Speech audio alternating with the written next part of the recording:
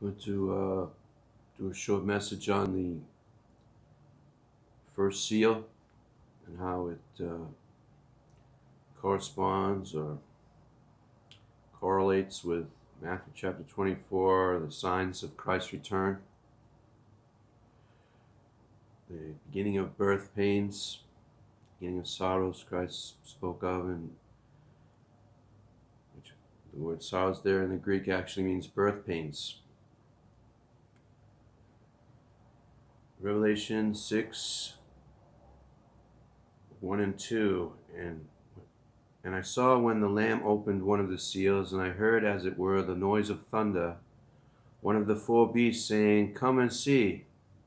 And I saw, and behold, a white horse, and he that sat on him had a bow, and a crown was given unto him, and he went forth conquering and to conquer. This is the first seal. This is the Antichrist. This will be a politician. He'll have an army, it appears, by the symbolism of the bow. It says a crown was given unto him. I believe he comes in peacefully. He's elected as a political official. It says he went forth conquering and to conquer. So he's wanting to take over more, gain more power politically, control people more, more wealth, more power. He's trying to conquer people. He comes forth conquering, politically conquering, and to conquer. So he's ambitious to take over more. And he conquers people. Now that means people are fighting against him. If you're conquered, that means, there was a fight, there was a war, that there was resistance, right? So he conquers people. He comes forth conquering and to conquer. So this idea that the Antichrist is going to be, loved by the world is not true. The Bible does not say that. At one point they say, "Who is like unto the beast? Who can make war with him?" But they're making that statement at that point because at that point, he's already conquered. And he has political control over the whole earth. He has legal authority. He's like the president of the world, and he's a dictator. So there's no one left no other government to rise up against him and make war with him at that point. So it's not like he's, invincible. It's just he has no enemies at that point politically that have any armies to resist him politically. So in any case, I don't believe he will be well liked by many people. Dictators are not well liked, especially when they're slaughtering the masses. And that's what he will do. He's a very hateful, evil person. And so this idea that, he's going to solve all the world's problems, and there's going to be peace, and everyone's going to love him, and he's going to be, so smart and eloquent, and they go on and on and on, things that aren't in the Bible. Let me tell you a little bit of what is in the Bible about the nature and character and actions of this individual that is spoken of in the first seal. Daniel chapter 8, verses 23 through 25. And in the latter time of their kingdom, when the transgressors are come to the full. So this is at the end of the grace dispensation, when there's so much wickedness and evil that God's had just about enough. He's going to pour out his wrath. A king of fierce countenance and understanding dark sentences shall stand up. So he's hateful. He's mean. He's saying all these really evil things. And his power shall be mighty, but not by his own power, because he's basically got, the fallen angels working for him. And he shall destroy wonderfully, and shall prosper and practice, and shall destroy the mighty and the holy people. So there's a man destroying. He's destroying things. He's destroying people. He's destroying economies. He's destroying populations. And he's killing good people, holy people, people who believe in morality, believe in right and wrong, are trying to live it. He's killing them. And through his policy, also he shall cause craft, that word craft in the Hebrew is deceit, deceiving, to prosper in his hand, and he shall magnify himself in his heart. And by peace, political peace, cessation of war once he takes over, shall destroy many. He deceives people. People will be like, well, at least there's no more war now. He shall also stand up against the prince of princes. That's Jesus Christ. But he shall be broken without hand. It says he shall magnify himself in his heart. So this guy's proud. He's a boaster. He's a liar. He's deceitful. And he magnifies himself above everyone else. He's a snob, stuck up. He thinks he's better than everybody else. He's in love with himself. Doesn't care about anyone else. Utterly heartless. Like a heart of a beast, like an animal. And he stands up against the Prince of Princes. That's one of the titles of Jesus Christ in the Old Testament.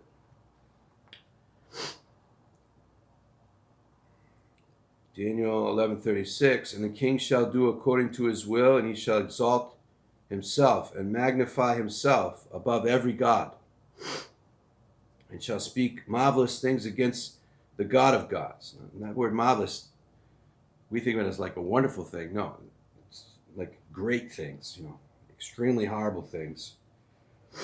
And shall prosper till the indignation be accomplished. For that is determined shall be done. So it says here, he shall exalt himself and magnify himself above every god. This is the Antichrist. Daniel 11:36. What he's talking about here is the very thing that the Apostle Paul writes about in 2 Thessalonians 2, 3, and 4. It says, let no man deceive you by any means, for that day shall not come, except there come a falling away first, and that man of sin be revealed, the son of perdition, who opposeth and exalteth himself above all that is called God. He's directly talking about what was spoken of in Daniel. Or that is worshipped, so that he, as God, sitteth in the temple of God. That's the third Jewish temple that will be built in Israel, showing himself that he is God. So this guy thinks, he's the greatest in the world. Like, he's just a human being. Someday he'll be thrown into the lake of fire. But for a period of time, he will be allowed to have political control over the earth. And he's a man of terrible nature. But see, he comes in on a white horse. He smiles, he's friendly, he flatters. He talks about peace treaties and peace deals and economic deals. He promises them the world. But he's a liar. His word is worthless. He'll say anything just to control and manipulate people. And people tend to believe what they want to believe. If you say a bunch of things that they really want to see happen, a lot of people will go for it because that's what they want, and they'll listen, they'll believe this guy. Matthew 24, 4 and 5 says, and Jesus answered and said unto them, take heed that no man deceive you. For many shall come in my name, saying, I am Christ, and shall deceive many. That's the apostasia, that's the falling away. These Catholic priests saying Jesus is the Christ, deceiving many.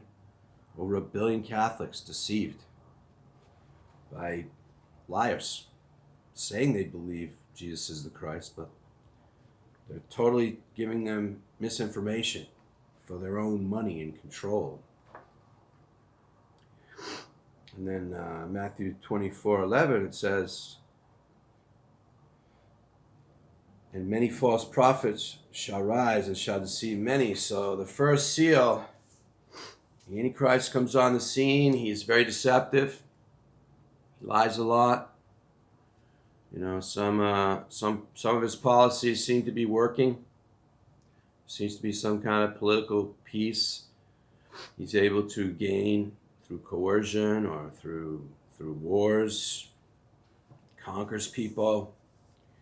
And so he actually has very evil motives, but he appears to be accomplishing some things politically. And during this time, there's also a lot of false religion, false teachers, false preachers, misinformation, deception going on. So this is the first seal.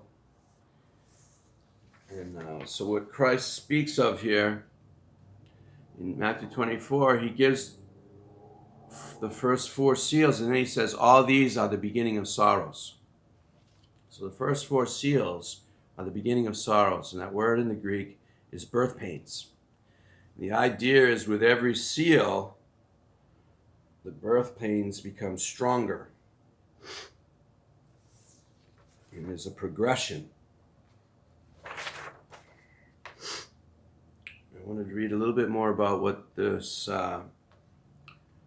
Antichrist, this false political leader that will arise in the first seal, somewhat about him. Daniel 7, verse 8, I considered the horns, and behold, there came up among them another little horn.